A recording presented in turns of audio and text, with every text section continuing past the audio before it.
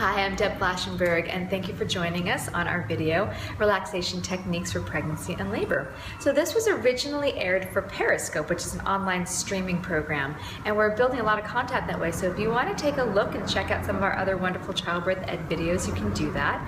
And you can also join us. We do it about 3 times a week, and you can find us at PYC. I hope you enjoy our relaxation techniques for pregnancy and labor. Have a wonderful day. Namaste. I'm Deb Flashenberg. Good morning, and I'm the founder of the Prenatal Yoga Center. I'm also a labor support doula and a Lamaze teacher and a mother of 2, which is why I'm a little rushed this morning. Things are a little hectic at our house getting ready for Halloween.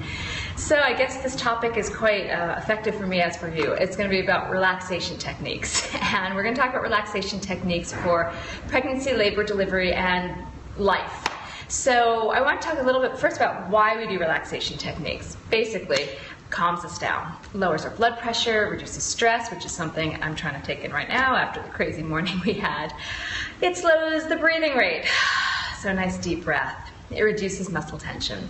And specifically when it comes to labor, it balances the hormones. Let's just super quickly talk about what that means.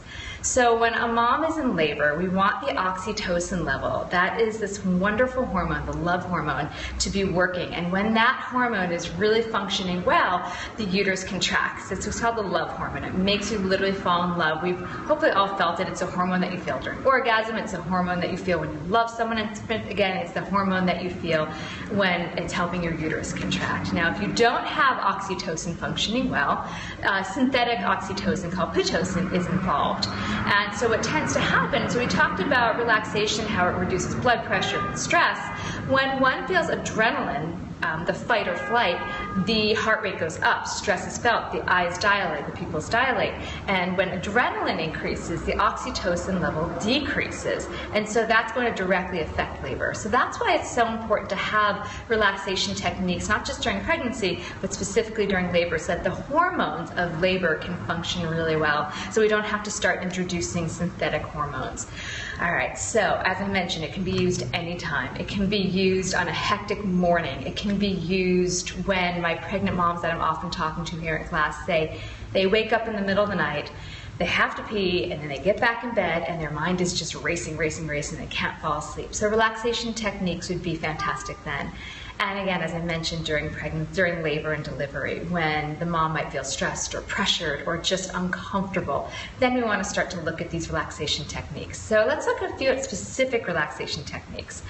So, as I take a deep breath, the first one I think is so important is breathing. Just simply a deep breath. I use it with my 4-year-old a lot. Whenever he's worked up, just a deep breath. And I actually have this saying, and it was an article I wrote, and it was published in Midwifery Today. It's called Open Throat, Open Vagina.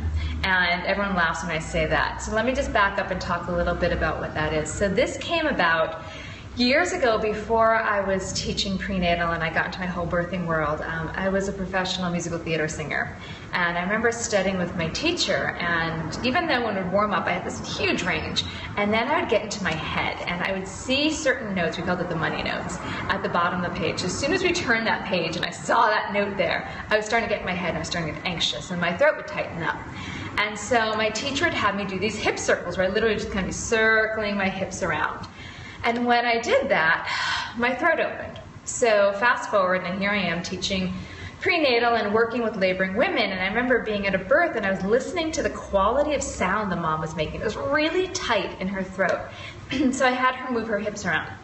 And when she started doing that, her throat started to release. And so I'm thinking, okay, open throat, open vagina. And if we want to have the pelvic floor relax, which we do for birth, we need to listen to the quality of the sound and the breath that we're making. So open throat, open vagina was born. So when I'm with the students, I encourage them to make open sounds, like a or even if it's not verbal, it's just or a lip trill. So that I know if this breath is coming out, the body's more relaxed, the pelvic floor is opening. So sometimes I do a whole theme of class on open throat, open vagina, and I said, it might feel silly, it might feel kind of ridiculous, but just kind of go with me And see what happens when you allow your throat and your breath to be open. Does it have a residual effect on the rest of your body? Do your shoulders start to release? Can the hips start to relax? And usually it's yes. And some of my students have even come back and said, you know, during my labor, I was actually thinking of you, open throat, open vagina. And sometimes even when the students are in bed and they can't fall asleep, just a simple sigh, relaxing the body. Now let's get a little more into specific pranayamas, more classic ones. And again, we do change it a little for prenatal because we don't want to hold the breath, which is called kumbhaka retention.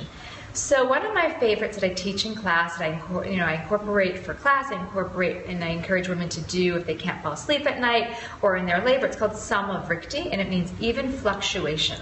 So what that is, it's having your inhale match your exhale. So I usually do a count of 4, and I'll just talk you through for you, and you can try it with me and see what you like.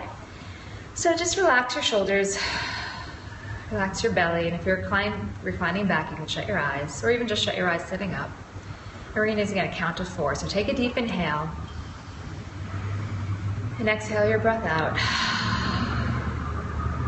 And then inhale for 1, 2, 3, 4. Exhale, 1, 2, 3, 4. Inhale, 1, 2, 3, 4. Exhale, 1, 2, 3, 4. Inhale, 1, 2, 3, 4. Exhale, 1, 2, 3, 4. And then you can either keep going on your own or just stop and notice when you found that balance of your breath, if the mind felt a little quieter, if your body feels a little bit more balanced. So you're not overdoing the inhale or overdoing the exhale. So again, it's about finding that sense of balance.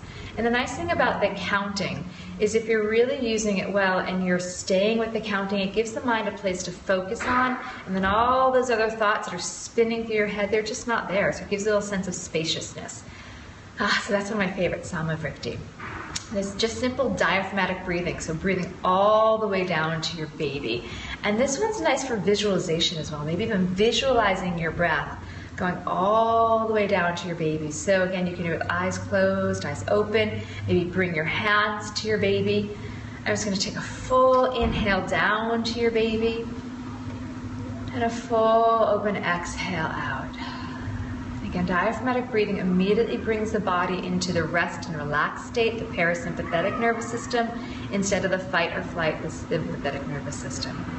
And again, think about breathing all the way down to your baby, and then exhaling out. And if you're really getting that nice deep diaphragmatic breathing, not only are you opening and stretching through the rib cage, breathing to your baby, you're actually stretching the pelvic floor as well. All right, there's another one I want to introduce. It's called Viloma breathing, which means 3-part breath. And typically there's retention in that, meaning you're holding the breath. But again, in prenatal, we don't do that. So if you can visualize, there's the base of the lungs, the middle of the lungs, and the very top. And so we want to breathe into the base, the middle, and the top. So let me talk you through that again. So take an inhale. Exhale. And then inhale to the base of the lungs, the middle. Inhale to the very top, right up to your collarbones. And when you're ready, exhale the breath out. And then just take an unconditioned breath, just normal breathing. Again, all this is to help lower blood pressure, connect to your body, reduce stress, lower heart rate, reduce tension. Now let's try it again. Inhale. Exhale. Inhale to the base of the lungs, the middle. Inhale to the very top. And when you're ready, exhale completely out. So that's Viloma breathing, 3-part breathing. So open throat, open vagina, just a samavrikti, diaphragmatic, Viloma. So those can be used anytime. And now let's talk about one of my favorite relaxation techniques, mantras. And that's basically a little self-affirmation. And I find this really helpful if I'm just stressed out. I find this really helpful with my clients in labor. And again, maybe even at night, or I definitely have used it with my kids. And a mantra is just a repetition of words. So during my labor, my midwife gave me the mantra during my first labor. The breath is the pathway through the contraction. And over, I just kept saying to myself, The breath is the pathway through the contraction. Over and over, the breath is the pathway through the contraction. I've had clients spontaneously come up with mantras. I'm okay, the baby's okay. I'm okay, the baby's okay. I had one client, she already had the name for her son, Diego. Get out, Diego. Get out, Diego. So the wonderful thing about either saying them out loud or using them in your head, especially saying them out loud, is I know you're breathing. But using them in your head, it's keeping you focused, it's giving you confidence. And again, this is not just for pregnancy or labor. I remember really clearly after my son was born, it was my first child, and it was about 2 to 3 weeks old, the situation, and he didn't take his afternoon nap, and here I was a brand new mom, exhausted. I had a pretty challenging first labor, so my body was pretty wrecked. I was really tired. And there was a point where he just wouldn't stop crying. I was bouncing on the ball, and I was trying to soothe him and breastfeed him and everything I knew how. And I just had to calm myself, because I knew if I was calm, he would get calm. So over and over, out loud and through verbal and through my mind, I just kept saying, this too shall pass.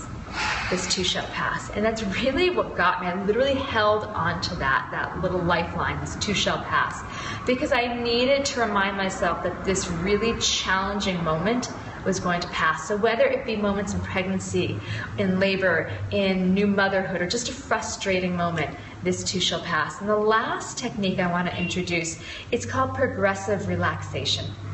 And this is just going through all the way down your body to relax. And I used this as a client one time.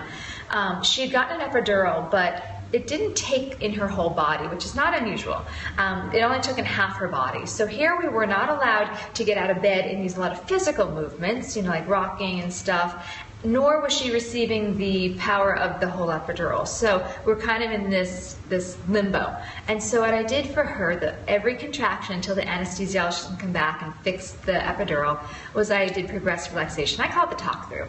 And we literally relax through the crown of the head and down. So I'll just give this to you, and you can see if you like it. And again, if you're at home and maybe you're relaxing, you can close your eyes, or just enjoy a few moments more of our relaxation. So take an inhale.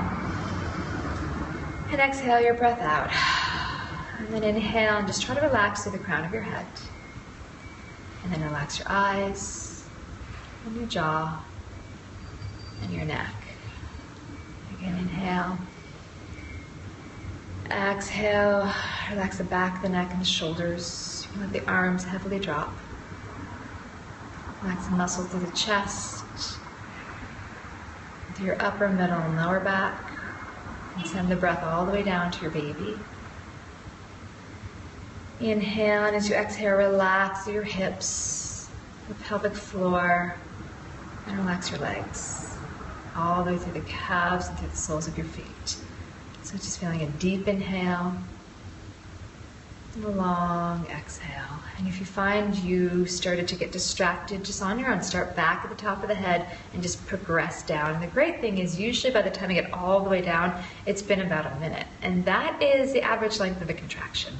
All right, so today we went through several different wonderful relaxation techniques that can be used during pregnancy, during labor, during birth, during motherhood, during any moment that's tense.